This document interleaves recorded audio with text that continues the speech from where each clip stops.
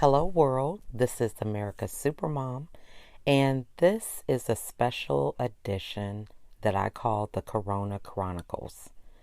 During this time, we are suffering from a pandemic that is affecting everyone across the world. We are joined with the rules and regulations of being shelter in place, which means we are limited with the ability to go about our daily business, confined to our homes based on a coronavirus that has been sweeping the entire world. For some people, the effects could be mild. For others, it can be fatal. So we are coming together as a community, as a family during this time of difficulty to share what it is like in our part of the world, how we are affected, and the things that we have in common, what kind of problems that are taking place in our industries and in our relationships and finances, and coming together so that we can plan for a better tomorrow. As this epidemic or pandemic crosses the world, we are waiting for relief. We're waiting for the virus to die off and for us to go back to some state of normalcy, whatever that may be, after things kind of settle down. So, what is that going to look like once the dust settles? How are things going to be different? So, as we go through this process, we're coming together as a world to create ideas, strategies, connect in ways that we have never connected before. So, that is the purpose of the special podcast that I call the Corona Chronicles, so that we can get some insight and have empathy and compassion on one another, create new innovative ideas that can not only improve our life, but our fellow brothers and sisters across the world. Thank you so much for joining us. I just want to thank you guys for joining us today. I am so excited about my next guest. It's been a while since I have been able to connect with him. And, he really was my mentor for my Facebook Lives. He just didn't know it. So I'm really glad to have him here today. Christopher Salem will be joining me. And at this time, I'm going to give him the opportunity to introduce himself before we dive into the interview. Well, Lachelle, it is a pleasure to be here, and thank you for having me. An executive coach. I'm a professional speaker and certified mindset facilitator, and I work with individuals on helping them to develop a growth mindset so that they can raise their level of self-esteem and self-belief in themselves in terms of confidence, that they're able to achieve greater and better things, not only for themselves, but also to be an impact as an example for others. Love that. And mindset is such a key thing right now because a lot of us are, dealing with this uncertainty. We don't know what tomorrow's going to look like. So, what are some key things that you could kind of tell people to kind of give them something they can implement right now when it comes to mindset in terms of making a small shift? Well, I would say that, recognize that this global pandemic has affected everybody on various Mhm. levels. So to know that you're not alone, and that Mhm. that anything that you're going through is temporary. Now, also it should be noted that what we're going through runs deeper than what you're experiencing right now. So while we're all been affected by this in some way, that if you are feeling more of a level of anxiety or fear or uncertainty, or struggling with certain types of emotions, negative emotions, more than say you're used to, or maybe when you look at yourself with other people in your family, again, this could run a lot deeper. These could go back to certain things from your childhood, what we call limited beliefs.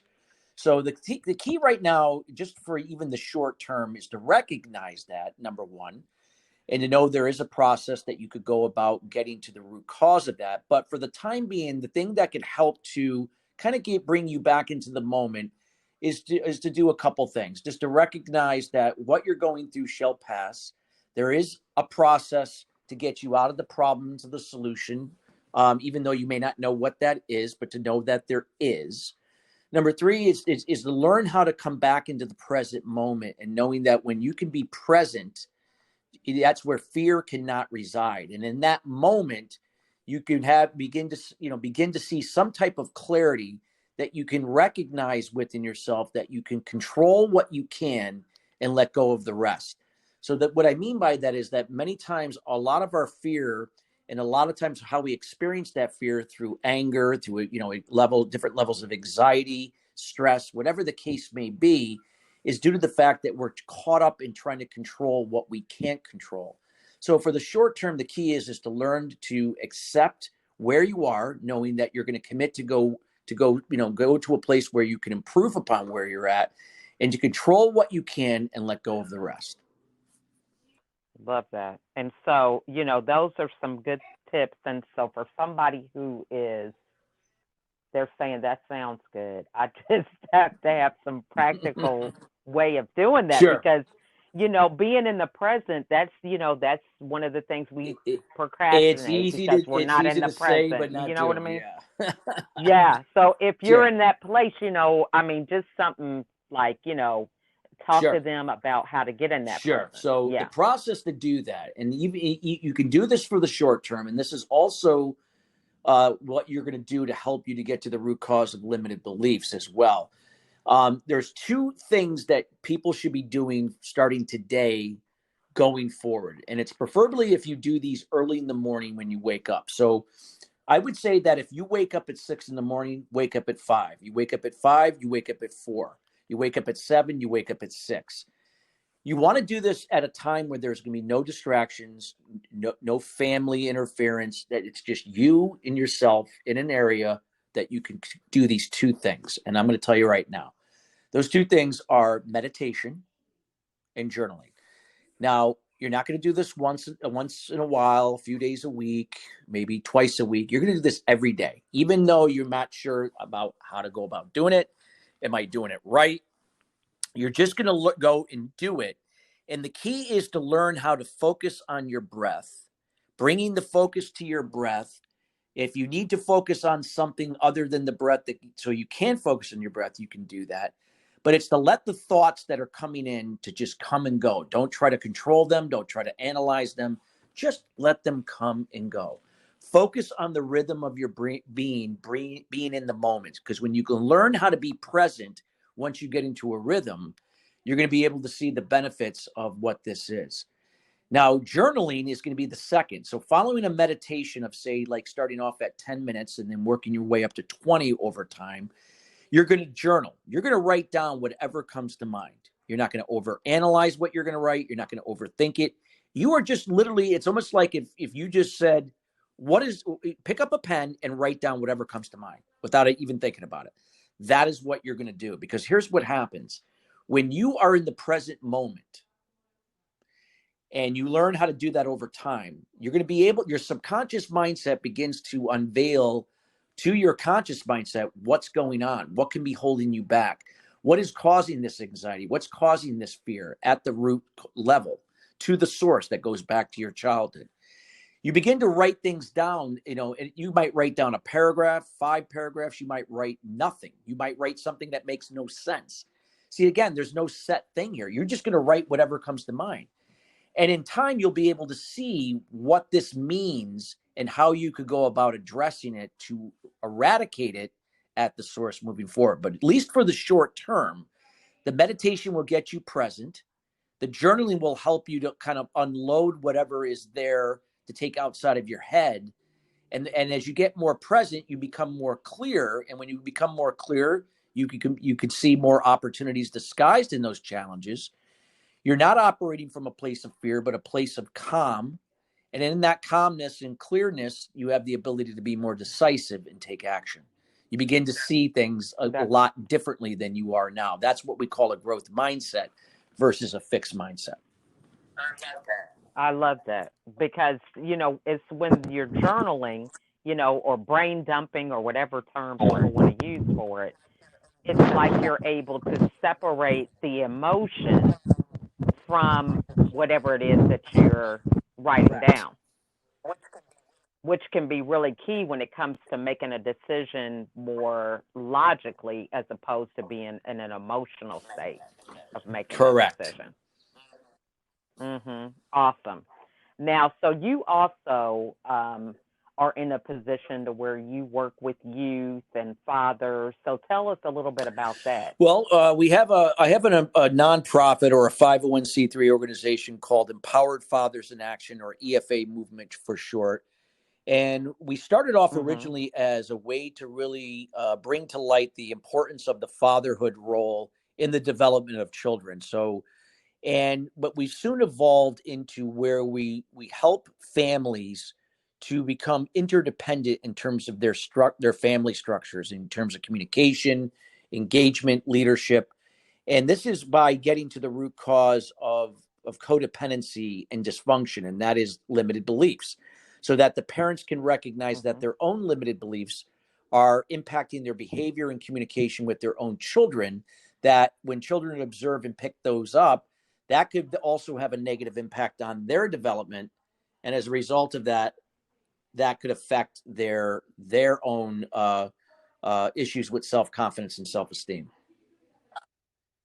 I love that. Now, so you mentioned the term interdependent. So explain to everybody what that is. Interdependency means is that we are all responsible and accountable for our own lives, our roles as either if you're a child with your parents and your friends, a parent to your spouse, to your children, to your community, and to your job, and that we can then be the example of that, coming from our core values and doing what's good for us, not selfishly, but in a way that's good for us, to be the example for others to do the same for themselves. And when we can come together to do bigger and better things, we can then grow and be more prosperous.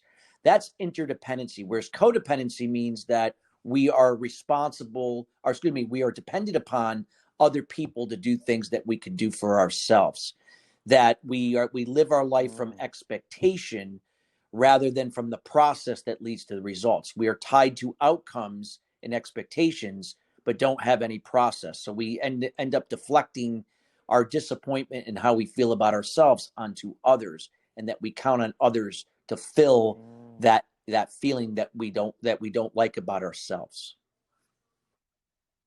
Love that. That's a great definition. Now, so in dealing with the fatherhood and the children, what are some pointers that you could share with the dads? Because now with the children being home and the moms working from home, we get a lot of attention to mothers and how their role is juggling work and homeschool. But there's fathers that are actively involved in this process as well.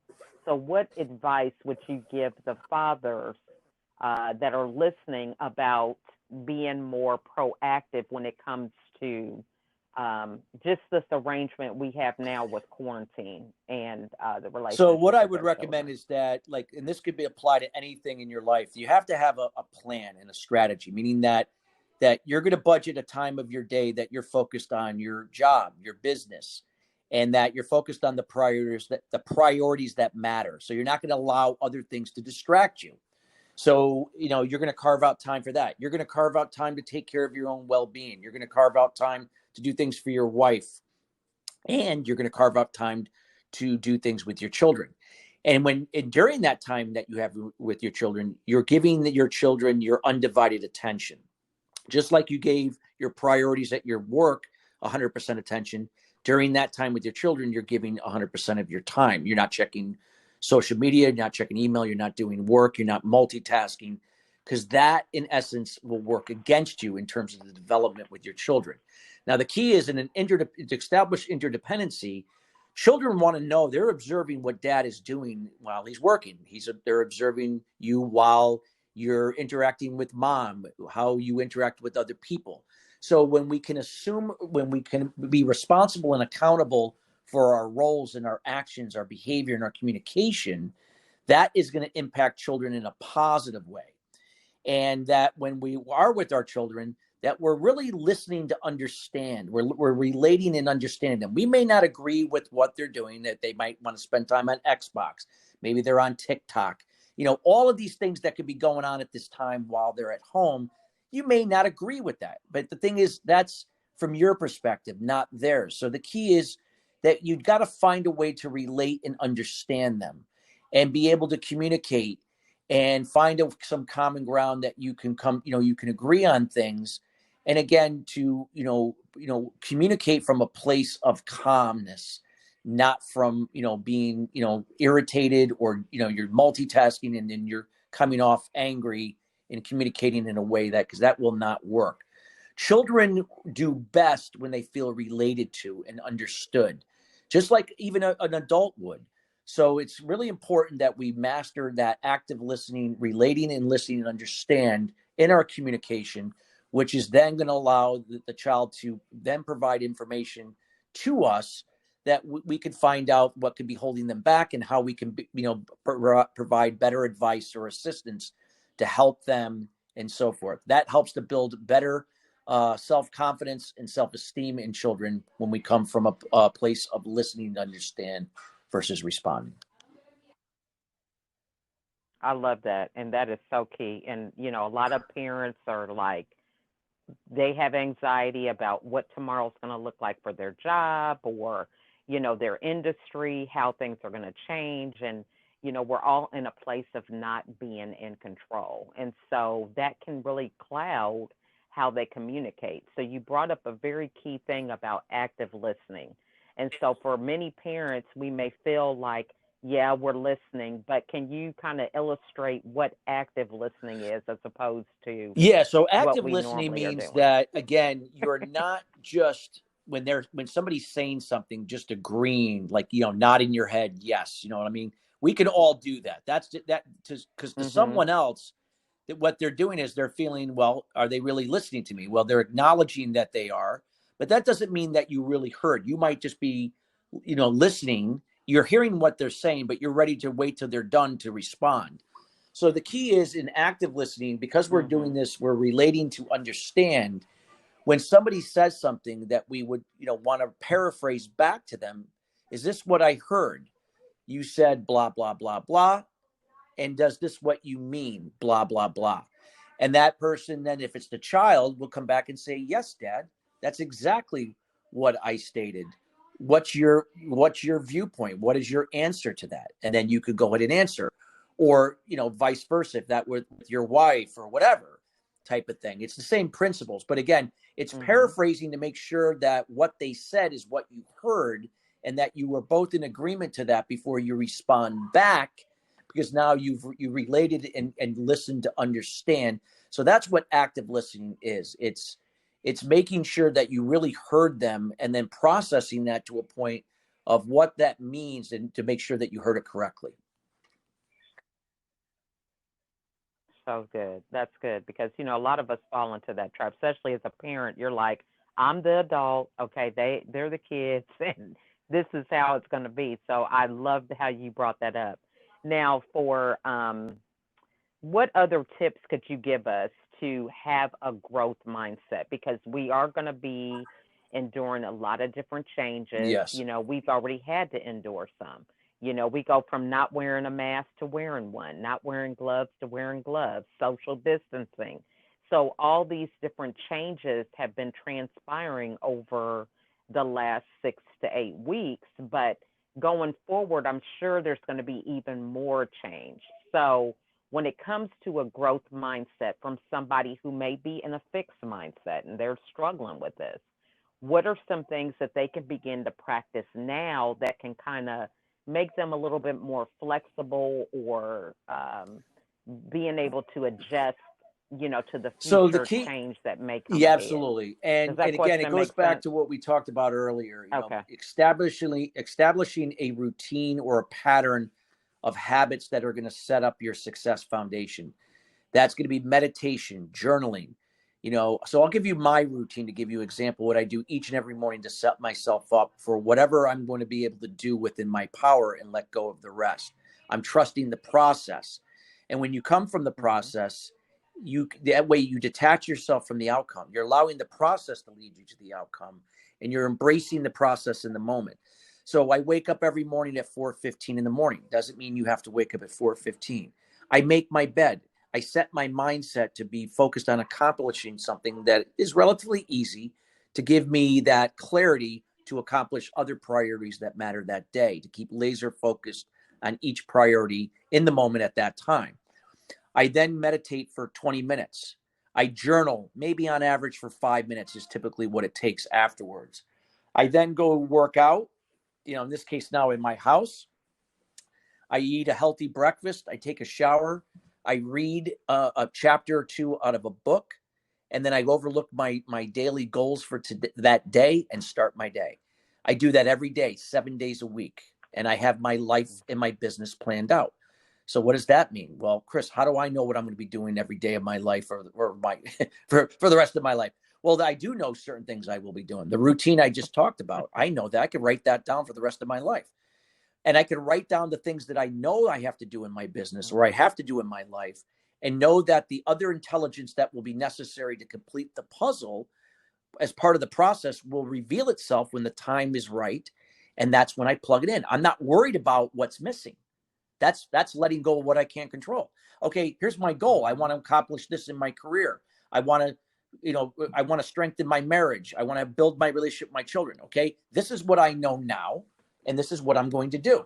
And as other things that will be needed to do that, to connect the dots, it will come by trusting the process. It's not trying to will it to happen when you want it to happen.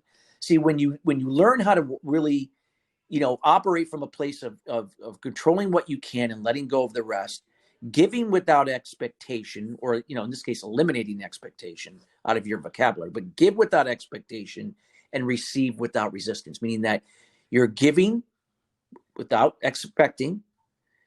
Of course, you're doing it from empathy and kindness. You're not doing it from a place of codependency, of pleasing and enabling. You could put a boundary up to make sure you separate that, and knowing that it will come back from somewhere else. And as it comes back, you receive without resistance. And whatever that may, it could be money, it could be a job offer, it could be a new client, it could be somebody you haven't seen and talked to in a long time, but rekindling an old friendship. It could be somebody that really holds you in high regard and they're just giving you praise. It could be a simple thank you. It doesn't matter what it is, that you receive it without resistance. When you can operate from, again, controlling what you can and letting go of the rest, giving without expectation, receiving without resistance, and to all the other points we talked about, you're going to be able to get through this crisis and come out ahead, knowing that everything will be okay as long as you show up and do your part and let go of the rest. I love that. That's great.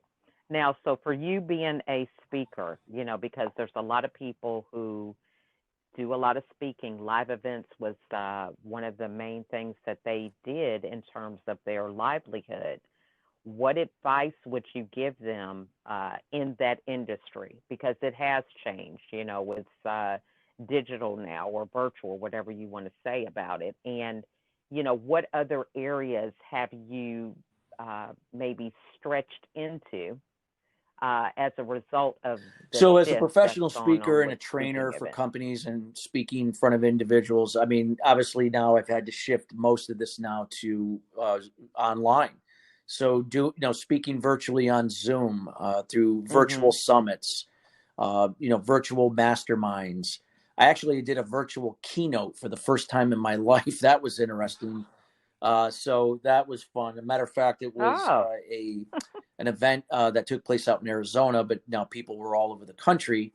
But we had about about 70 something people on, and doing a keynote right on in this case I did it right from my office, so it was interesting. I didn't have to be in a sport jacket and in a nice button shirt. I had a golf shirt on, and it was more laid back. That was a first, but nonetheless it went over very well. And so the key is that when you come from a growth mindset and you learn that you can control what you can, let go of the rest, focus on your strengths. Where can you leverage those strengths now to adapt to what is the reality and to exploit that to continue to add value?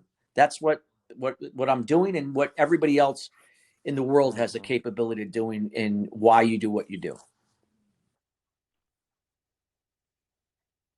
So awesome. Now, so what thing have you possibly added into your daily routine that you would like to continue, when things get back to Well, quote I mean, unquote the thing is, normal? what? So, if I heard it right, what am I doing right now, or what I would like to do? I just want to make sure.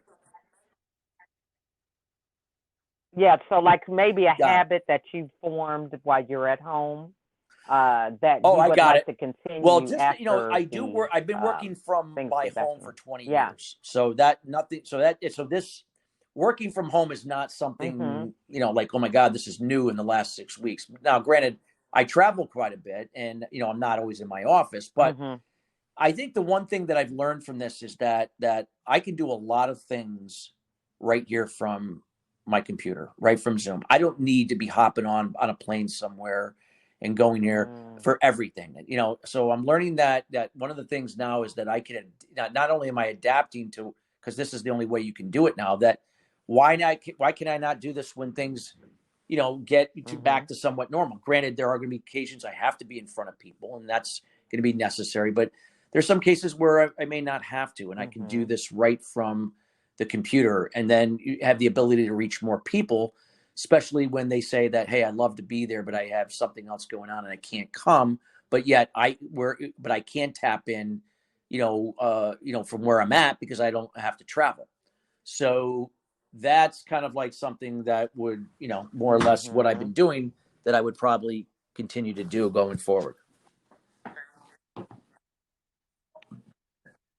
Sounds good.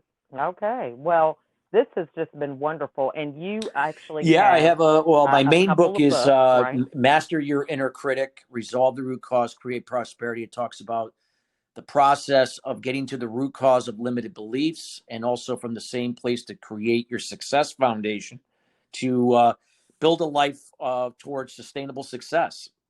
Meaning that doesn't mean life's going to be perfect, but that you equipped your growth Mhm. mindset and your habits and disciplines to be able to get through life and business, even when things are going, or not going well. You'll see the blessings disguised in the setbacks to put you ahead as things begin to. I look at life and business as one. I look at it from a place of harmony, where you're always going to be teetering back and forth, and the key is to maintain that level of harmony, what I call sustainable success. Love that. Now, and then what are a couple other books that you might Yeah. Well, recommend I for mean, the other people, book I, who I have a I lot of worked time with on was their Jack hands? Canfield, Mastering the Art of Success, the latest edition in 27. But I think a book, Okay. is the that I still love to this day. It was a Jack Canfield book from back in the late 80s, or it might have been early 90s. I can't even remember now. Going back way a long time ago. The Power of Focus. And it's just a great book, especially now, because this is a time more than Okay. ever we have to be focused. Because if we're going to find harmony, we're going to find happiness, find joy Mhm. and purpose in why we do what we do, we have to be focused. We live in a society, at least we had up until Corona, maybe things might change after this, we don't know, where there was just a lot of distractions. We have social media, we have emails, we Mhm. have all this technology that gives access to people, to us, on almost like by the second.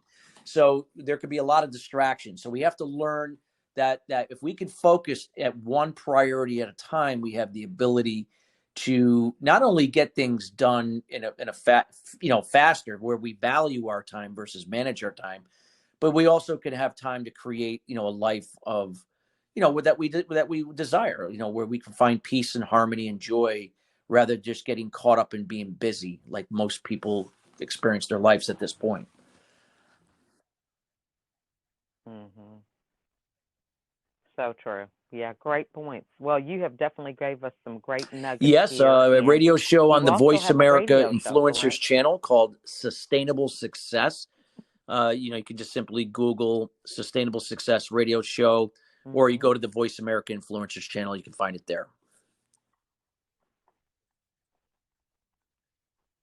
All right. I would just Okay. say that And again. I any like to, final words that mention the you want to share statement. with anybody? Again, when you hear the statement again, I said it earlier. Give without expectation, receive without resistance. You really understand what that means and put that into effect in your life and business will change. And again, that when we talk about give without expectation, it doesn't mean that you just give to please and enable someone to take advantage of that. No, you draw a boundary, but you give without expecting back, knowing that when it does come back Mm-hmm. from either the same source or somewhere else, you receive without resistance. And receiving sometimes is the hard part compared to the giving part. And a lot of people can give freely, but they can't receive freely. Mm-hmm. So this is a thing that if you're going to, you don't want to break that flow for yourself, because not only do you break the flow for yourself, but you break the flow to the person who's giving to you, or even people that are immediately around you. It's energy. So keep that positive energy Mm-hmm. flowing. Give without expectation, receive without resistance. That's where the magic is.